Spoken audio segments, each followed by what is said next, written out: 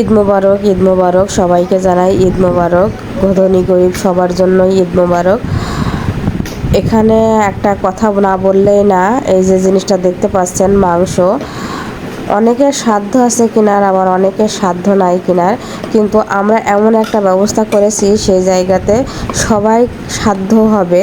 যারা একটু পরিশ্রমী তাদের তো অবশ্যই এটা করার সামর্থ্য হবে।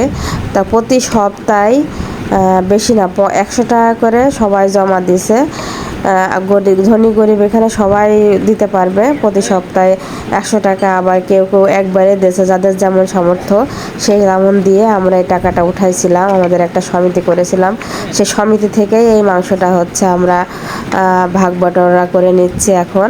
তো সবাই মিলে কাজ করলে আসলে অনেক ভালোও লাগে, আবার আনন্দও হয়। আবার গরিব দুঃখী যারা, তারা একবারে তো এত মাংস কেনার সামর্থ্য থাকে না। ঈদের দিন সবারই তো মাংস খেতে ইচ্ছা হয়, একটা বর্ষরকার দিন, সেই জন্যই তা আমরা এই আয়োজনটা করে গরিবদের যে সাহায্যটা যে করা হয়, যে 100 টাকা নিয়ে তারা একবারে দিতে পারে না। আবার যদি কোনো জায়গায় যাওয়া হয় মাংস কেনার জন্য, কোনো মাংসের দোকানে, তারাও কিন্তু অল্প মাংস দেয় না। আর এই কাজটা করলে কি হয়, একবারে অনেকগুলা মাংস পায়, তৃপ্তি সহকারে সবাই খেতে পারে।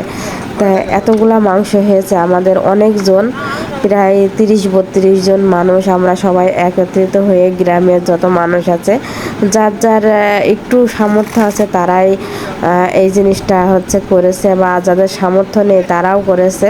বেশ খুবই ভালো লাগলো এই জিনিসটা দেখে। এইবার দিয়ে আমাদের তৃতীয়বার এই জিনিসটা করা হচ্ছে।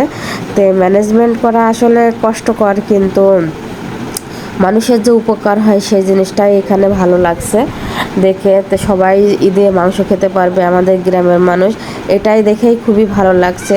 কারণ আর কষ্ট থাকলো না যে একবারে মাংস কিনতে হবে। অল্প অল্প করে কিছু জমায়ে এই যে মানুষ এই কাজটা করেছে, খুবই ভালো একটা কাজ। বেশিরভাগ নারীরাই এই কাজটা করে থাকে, তাদের সংসারের থেকে কিছু অল্প কিছু বাঁচিয়ে তারা এই কাজটা করে থাকে। আমাদের এই সমিতিতে যোগ দিয়ে সেগুলো হচ্ছে পূরণ করে থাকে, টাকার ঘাটতিটা পূরণ করে। আবার সংসারে যে একবারে মাংস কিনবে সেই জিনিসটা তো সবার সামর্থ্য হয় না, সেই জন্যই আর কি এই সিস্টেমটা করা। তো অবশ্যই আপনারা জানাবেন যে কেমন হয়েছে এই ইয়েটা, পদ্ধতিটা, বা এই বুদ্ধিটা কেমন হয়েছে। অবশ্যই সেটা সবাইকে আপনারা কমেন্টসে জানাবেন। আর একটা কথা, এটা যে ম্যানেজমেন্ট করছে সেও অনেক ভালো, বেশ স্বচ্ছ হিসাব নিকাশে। সবাই আপনাদের ভাইয়াও আছে এর সাথে যুক্ত, বেশ অনেক ভালো। সবাই কথা শোনে, কেউ কোনো কিছু মনে করে না। এই যে সবার সমস্ত পিস যাবে, কারোর যে হাড় যাবে, কারোর যে মাংস যাবে, এরকমও না, সব একসাথে মিশায়ে বেশ সুন্দর করে এরকম হচ্ছে। তা এক একজনের ভাগে প্রায় 7 কেজি 800 গ্রাম করে হচ্ছে মাংস হয়েছে। বেশ অনেক মাংস একজনের, কিন্তু এটা একবারে কিন্তু কেনার কোনো সামর্থ্য থাকে না। একজন যদি ভ্যান চালক হয়, তাও কিন্তু সে সপ্তাহে তার বইয়ের কাছে যদি কিছু না দিক, এক দিন যদি 300-400 টাকা ইনকাম করে, যদি 10 টাকা 20 টাকা 30 টাকা করে সরায় রাখে, তাহলে কিন্তু এক সপ্তাহে এরকম হয়ে যায়।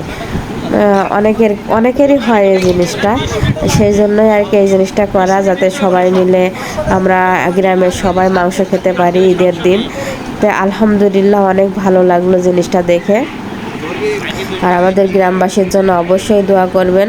আর সবাইকে ঈদ মোবারক, আবারও জানাই ঈদ মোবারক।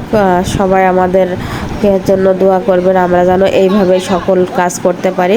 তো যাই হোক, আমাদের বাসার সামনে এই কাজটি করা হয়েছিল। আমাদের যে কোনো উদ্যোগই হোক না কেন, আমাদের বাসায় করা হয় সব জিনিসই। তো অনেক ভালো লাগে, সবাই দেখতে পাই। আজকে এই পর্যন্তই, আল্লাহ হাফেজ, ভালো থাকবেন সবাই।